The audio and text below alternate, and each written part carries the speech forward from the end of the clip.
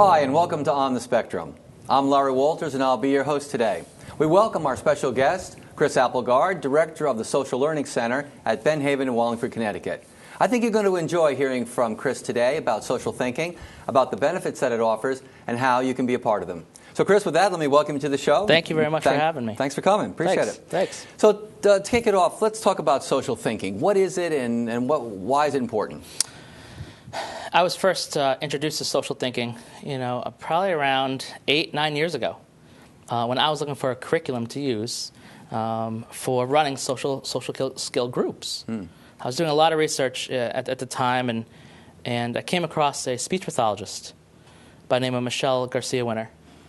And Michelle coined and developed the theories behind social thinking. And Michelle is a wonderful clinician, a friend, a mentor out in San Jose, California.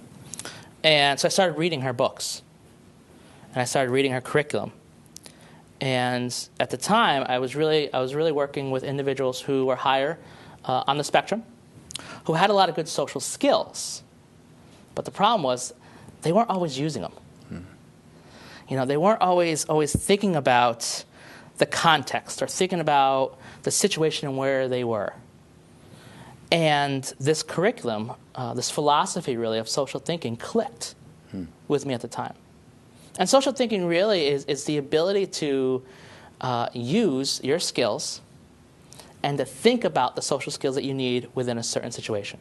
And then act and engage and socialize. Know when to stop, know when to put the brakes on.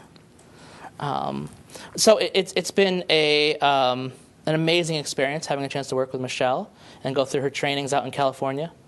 And then to bring that information back here to Connecticut and apply it at our clinic. It's been wonderful.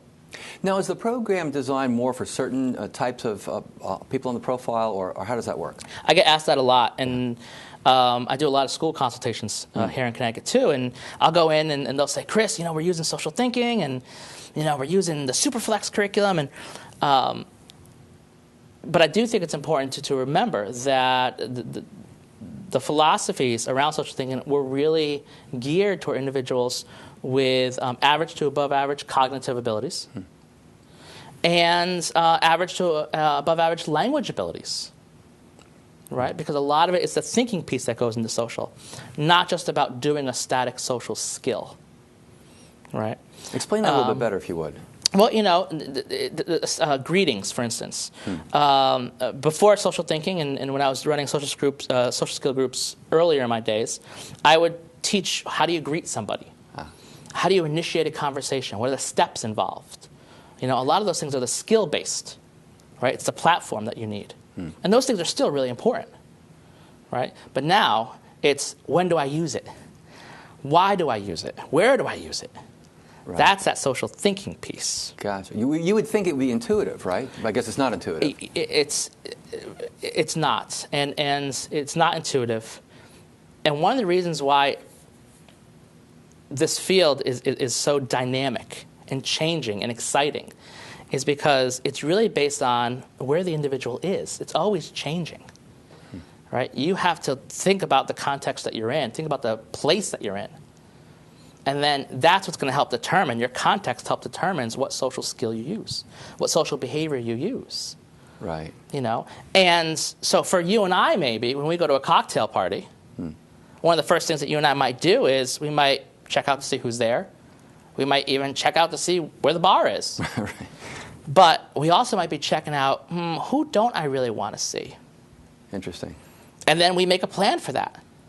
But for a lot of my clients, and a lot of the clients that come to the center, those are things that we need to teach and role play and map out for them, right?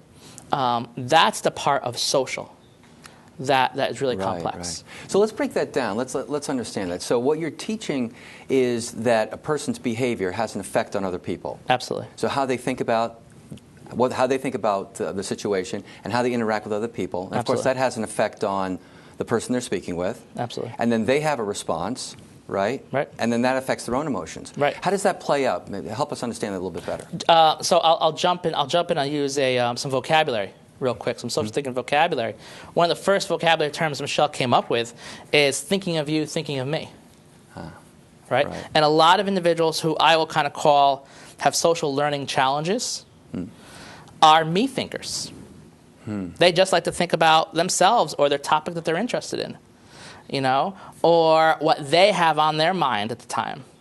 Not really worrying about what's on your mind or what you need to get done. They don't even think about that. Right. That's kind of being a me thinker. Right. You know, sometimes my wife might say I'm a me thinker. Right. But it's also about when you're in a relationship or when you're in a friendship, it's also about being able to think about that other person. And how do you get them to do that? How do you instill in them that the other people have thoughts and desires as well and to think about what they would want? It's funny. That's a good question. Because a lot of the clients that come to the center, a lot of the clients I work with, they want to get better at that. And over time, what they will say to me is that they've tried again, but they have failed, or people haven't accepted them, and so then they start becoming socially isolated. You know, and so one of the things that we really emphasize at the clinic is that kind of self-awareness and identifying their own strengths, right, and helping them to remember that social is work, and social is work, and it's ongoing work. From if I have a 5-year-old in a group to my 37-year-old adult who I'm working with currently, who's struggling with the same things. You know, how do I share space with people? You know, it sounds like this is a type of thinking and a strategy that could apply, it sounds like across age groups, but also across different diagnoses and different situations. It can apply across people. You know, and that's one of the things one of the reasons why I fell in love with this kind of curriculum and this philosophy of social thinking, because it's really not just for a specific diagnosis. It's not just for individuals on the autism spectrum. Individuals with learning disabilities, ADHD, executive function disorders, you know, people. This is a people type of intervention. We have classrooms that are going on here in Connecticut, and teachers are doing some wonderful things using the curriculum within their full classrooms. So you're teaching teachers as well? Interesting. How does that work? They learn at the center, or do you go and do on-site? We do a lot of consultation, you know, on-site consultation. And when we have the ability to work with, especially a general ed teacher, you know, who even through the busy day of the school day and everything else they're doing, I have a number of examples of them using the vocabulary, the curriculum within the classroom setting for all kids. This sounds like a unique program. Is this something that's difficult to teach these other teachers, or is it something that they have to be in a long-term program to learn, or how does that work? You know, that's a good question. I think it's evolving. I think it is constantly thinking about how social interfaces with academics. Right? I mean, take, for instance, reading. So many of my clients have a hard time with reading comprehension and inferencing, right? One of the things they're asked to do a lot is put yourself in the shoes of this character. How would you feel? That's perspective taking, right? That's a social cognitive piece that they're expected to know, right? So part of the whole social thinking curriculum is to help with perspective taking. And of course, that's one of the most difficult challenges, isn't it? Absolutely. Yeah. Let's talk about the center a little bit. Now, this is something you started 7 years ago, I think you mentioned. Yes, it was. I had a chance to open a private practice with a good friend of mine, a fabulous occupational therapist. And at the same time, I was also doing some consultation work for Benhaven. And then what I did is I took the practice and I moved it to Benhaven, where we are now located, you know, and it's been an amazing experience, amazing collaboration. They have some wonderful people and programs over there at Benhaven, and I'm happy to be a part of it. So now we're on the second floor of the Benhaven Academy. First floor is a school-based program. And the second floor is our clinic. And we see clients in the afternoon mainly, you know, after school hours, early evening hours. So it's been fabulous. And I know you have a philosophy that drives what you do behind that. Maybe you could comment on that a little bit. Our philosophy, is really based in good work. Being ethical, using standards of practice that measure up to best practices in the field. I'm very cognizant of the latest research out there for interventions, specifically for individuals on the autism spectrum. So we are constantly kind of trying to incorporate those methodologies as well. Good. Now, I know you mentioned that the focus of the center and the philosophy is the social communication. So I want to understand that a little bit better. How do you distinguish between the skills that a person has versus the skills they need to acquire, and how to apply them in the various situations? How do you teach that at the center? Well, one of the first things that we do, which I think is a really beneficial thing, is we have an intake process. And the intake process allows them I'll meet the client and I'll have a chance to sit with the client and do some work with them, talk with them. And that'll kind of give me a baseline of some of those general skills that the client has. And then from there, I'm able to kind of come up with an action plan, if you would, as to what might be the next steps for them. But always in the process, parent input's important, right? Because they might come to the center for an hour a week, but it's parents, it's teachers who get to see them across time. So I spend a lot of time with parents as well. What are you seeing? What are you not seeing? What are your hopes? And so we start to kind of work small at first, because baby steps. Right. When I have a new client that comes in for an intake, one of the first things I tell the parent is that this is going to be a marathon. It's not a sprint. Good point. Because I believe that we are constantly learning new things about social. For instance, this is a brand new experience for me.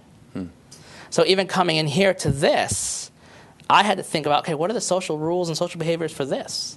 Interesting, right. Yeah. So even at 37, I'm still learning something new about social.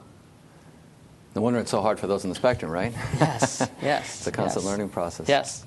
Now, when you and I talked earlier, you mentioned it's understanding the why behind these skills. And why is always the most difficult question, right? So how do you go about that in this process? You're learning about their skills, and then you need to approach their understanding of it. So how do you get to help them understand the why? So, again, process here. I'm working with a client now who homework is sometimes a difficult topic that we tackle. Getting them to sit down and do homework, because after a long day of school, this is what I hear all the time. Chris, I go to school from 7:30 to 2, and people expect me to listen and pay attention and take notes and be social that whole time. And I am done at the end of the day. And then I come home, my mom and dad says two things to me. They either say to me, how was your day? Or what do you have for homework? And sometimes when that happens, I break. I snap. And I've been kind of talking about this idea of our cognitive countertops. Okay? Like, for instance, so much is put on their plate, and they can only take so much. So getting back to the kind of question of why, why do you teach? Why do you want to be social? Yeah. Right? They have to. Any individual to be social has to find a buy-in to be social. So why do you have to get off the computer now to do your homework? What would be the benefits of doing homework? If you don't do your homework, you have to go in and tell your teacher. Right. It's natural consequences. Right? If you don't get off the computer now and do your homework, you will be up later and think back to when that happened last time. So that little strategy of think back to when is something we talk a lot about, right? Make a picture in your head. Think back. Remember when, right? Because we want them to be thinking about that past experience. And you find that helpful? I do. Good. I do. Good. Because I'm making them draw back from past memory and past experiences. It's so difficult because so many people are self-focused, right? And especially with those in the spectrum.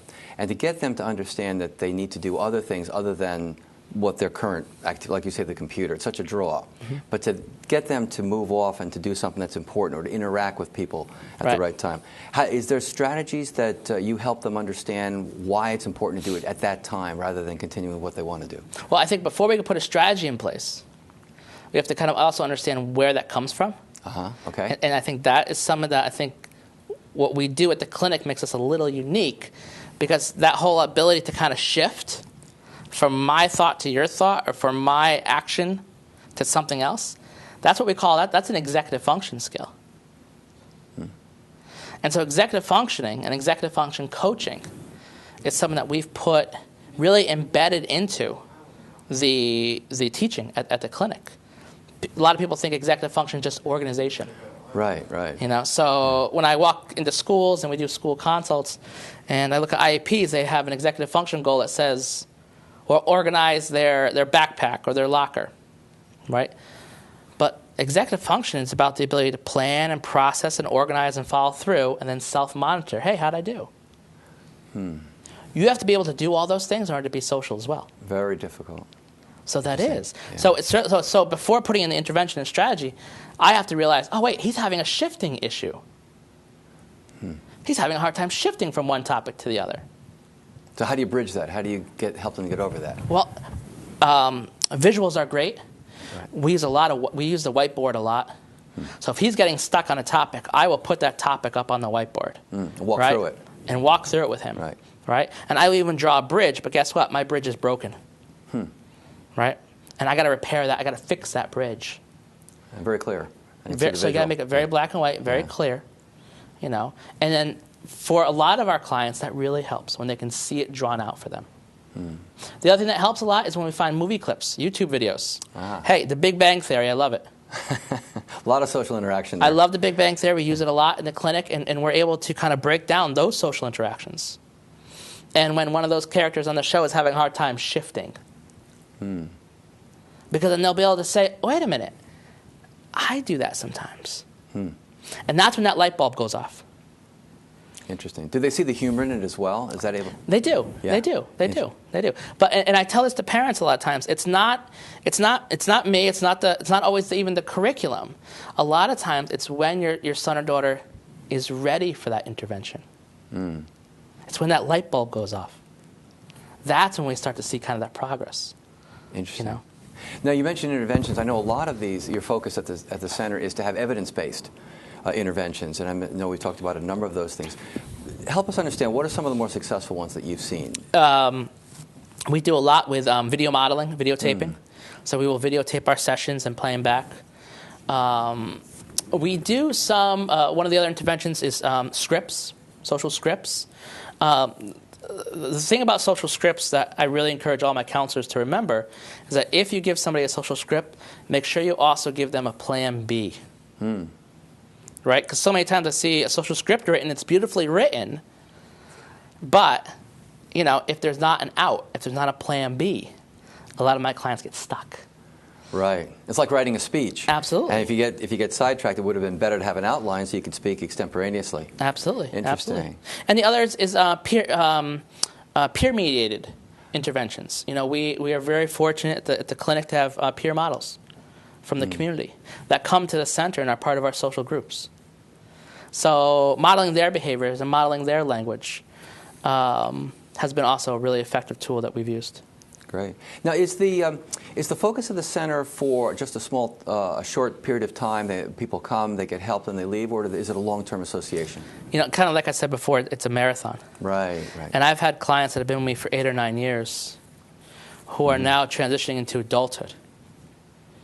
And this has been another big area of focus of mine more recently because there aren't a lot of good services out there for young adults. And as a young adult, you're faced with so many different social challenges, right? So, no, this is not a short-term type of intervention. It's not a 6-week. If you came in and you were scared of spiders, I can take care of you in 6 weeks.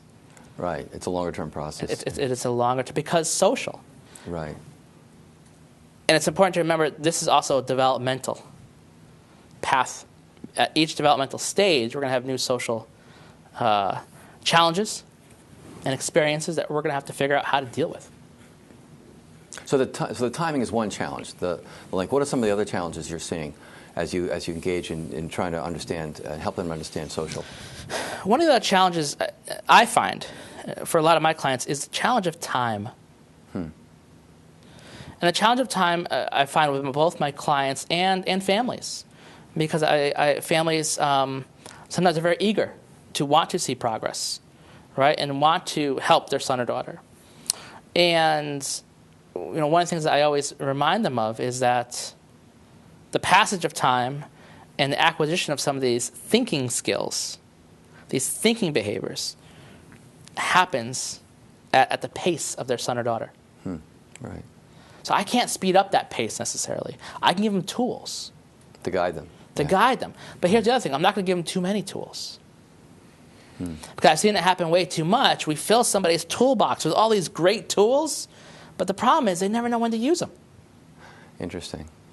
So they have all these great tools, right, in their toolbox. But if they don't know when to use them, what good are the tools? And how are they able to then select what tool to use in which occasion? How do you help them do that generalization? One of the things I've been very proud of, and we started this back when I had my old practice, was we did a lot of community outings. So we would take them out to restaurants and to bowling and mini golfing, and frisbee golf is one of the newer places some of my groups go. And that's when we get to see how are these concepts being used in the certain context. It must be very rewarding, actually, to see that. It's fun. It's amazing. One of the other things that I'm very proud of is, and I really had very little to do with this, we ran a Minecraft camp. And after the camp was done, many of the members of that camp continued to play on a server together. Interesting. So they started doing things outside, of the clinic, and that's where the rewarding part comes. Do you find that the stuff you teach in the clinic is easily applied outside? No. No, not at all. Because it takes time. It takes time for them to be self-aware that they can use it and be confident in using them. And the other thing about a clinical setting, which is sometimes complicated, is it's a contrived setting. It's a safe setting. It's okay that they mess up. Right. It matters in the real world. In the real world, it might not be. Yeah. They might not get the same response. So it is difficult to be able to use these concepts outside. But with time, with practice, with coaching, it can be done. So on the flip side, we talked about the challenges. What about the benefits? I think you mentioned earlier that there's an awareness of themselves and others. What are the other benefits for those who are really understanding social thinking and using it on a daily basis? I think one of the biggest benefits that I've seen and my clients have reported back to me is finally understanding, if I want to be in a relationship with a girl, if I want to have a girlfriend, it helps me to understand that she has a different perspective sometimes than I do. Right. It helps me to understand that I can't always think about me. Right? If I want to go to college, if I want to sit in a college classroom, I know that I need to at least fake looking interested in the professor. Right. Right? Yeah. But that comes natural to you and I. Right. Right? We sit in lectures or meetings all the time, and we have to look interested. And Michelle kind of talked about that. The idea of the boring moment. And how do you handle that? Right. The idea of you have to fake it sometimes until you make it. Right. Those little concepts and those ideas, that has helped especially a lot of my older clients. Interesting. Now, Chris, if someone wanted to learn more about social thinking and understand what you're doing in the center, is there some information that they could get? How would they go about that? Absolutely. The first place that I definitely refer them to Michelle's website. Okay. Socialthinking.com. Mm-hmm. And she has loads of information on there and many free articles and documents, which is wonderful. And then our center is sociallearningcenter.org. Okay. Mm-hmm. We also have a Facebook page. Okay. The Social Learning Center. So we post articles and things that we're doing at the center. Mm-hmm. And you also have a phone number? Our number to the center is 203 774 0008. extension 310. Okay. Would it be helpful for someone to call first or go on the website, learn about it, then call? What would you suggest? I would always suggest going on the website, and then feel free to call and ask some information. We're about ready to kick off our summer programs. For summer, we do a lot of club activities. So what kind of clubs? We will be running our Minecraft clubs again.